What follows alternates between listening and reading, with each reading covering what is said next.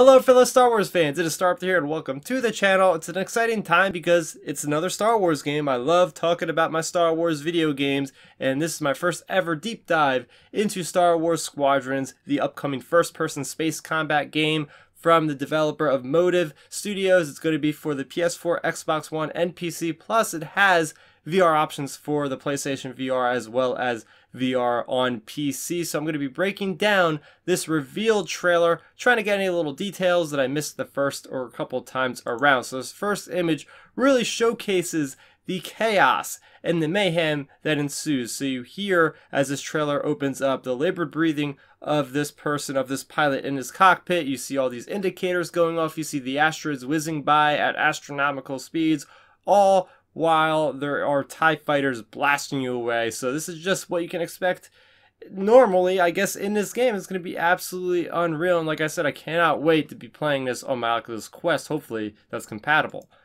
Here we see the TIE fighter pilot has red markings on his helmet. This kind of shows to me that there's a lot of customization, which we know in the details there's going to be customization for your pilots as well as the ships themselves. Here we see an indicator in the cockpit, and this shows me that there's not going to be really an actual HUD in this game. It's first person, but everything should be hopefully realized in the cockpit itself, adding even more immersion than you would have expected. Here we have an image of the X-Wing with some visible damage to the engine. So that's why I think it's going to be really cool, is to actually see this damage play throughout the match to really show to maybe other players, the opposing players, that, oh, this ship is really damaged, let's focus fire on this ship first. And you also see those blockade runners in the background, some other smaller cruisers for the Empire. Here we have a character model. I'm not sure if this is going to be a character, like a main character in the main story, or if this is going to be a character avatar they can choose in multiplayer, because this will have a story, a narrative, single-player story that is actually going to allow you to play as both the New Republic and the Imperial Remnant. Yes, that's right, this game takes place after Return of the Jedi. Very cool. Here we see a briefing, an Imperial briefing. Very interesting. You see all different characters in here. Some of the pilots have helmets, some of them do not. And on the opposing side, we have the New Republic, and there's some really cool tidbits in canon in this select image. The first one I missed the first time watching the trailer is actually Hera is there in the background. Yes, that's right. Hera is known to be a general at this time. If you've read the Alphabet Squadron novel, and there's one coming out very soon, that she is in command of a squadron. She's going to be one of those higher up generals that's going to be, I guess, in this game quite often, maybe, possibly. I cannot wait to see her in more of like a live action appearance. That should be really cool. And also, that ship that's on a hologram right there in front of you, that is none other than a Starhawk. And we first learned of these massive ships from the Star Wars Aftermath trilogy written by Chuck Wendig.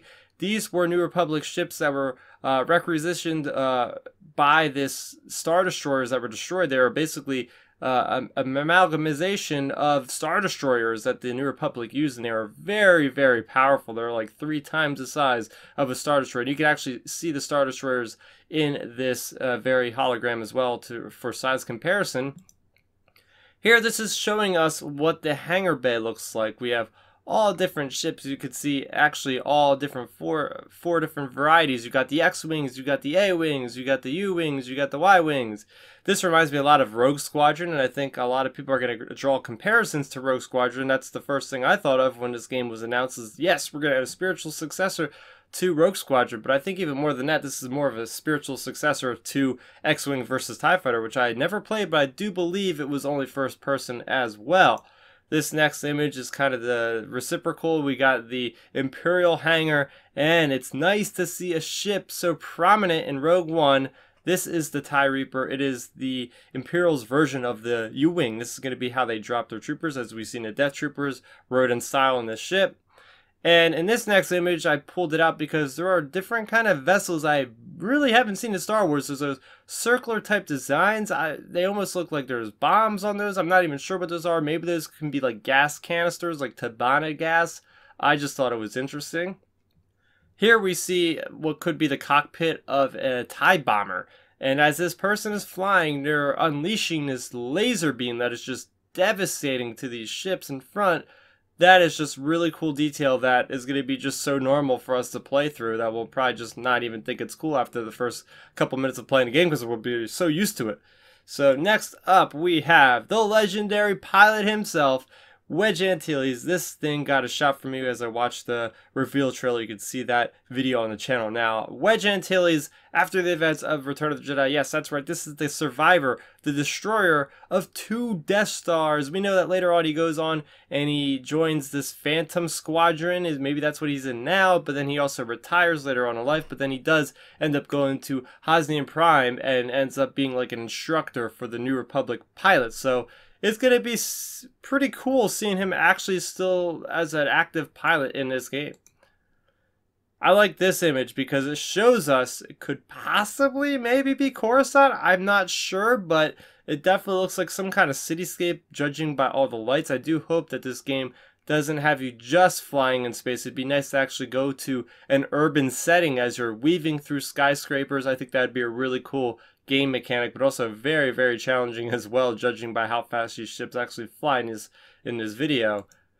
Here we have what looks like is going to be a starfighter or star cruiser kind of holding area. You see plenty of blockade runners as the Imperials are trying to assault. So it looks like we have 2 game modes in this game right from the start. We have the fleet mode, which allows you to basically destroy the big ship, the big larger ship in the match, and dogfighting has just eliminating all fighters. So maybe eventually they'll add a different type of mode, which will be special objectives, kind of like Galactic Assault had different unique objectives in Battlefront 2.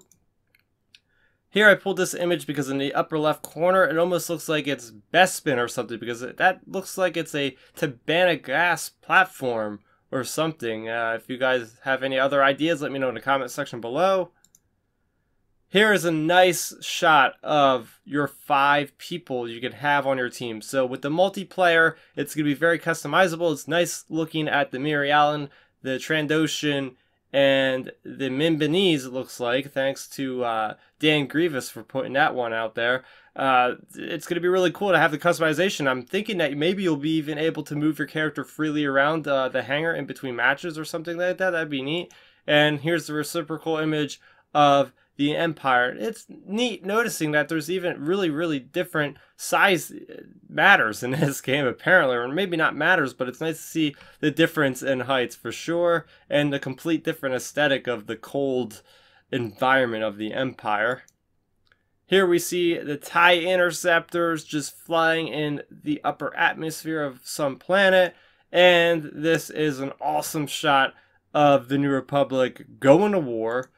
This amazing shot here of the Star Destroyer just rising through the clouds. I think that's one of those shots that is on par basically with some of those other Star Destroyer shots in the recent Star Wars movies, like the one from Rogue One where the Star Destroyer is, going out of the shadow of the Death Star. Very cool stuff. And here we're actually seeing it. This could probably be gameplay of somebody in an X-Wing going straight for the kill.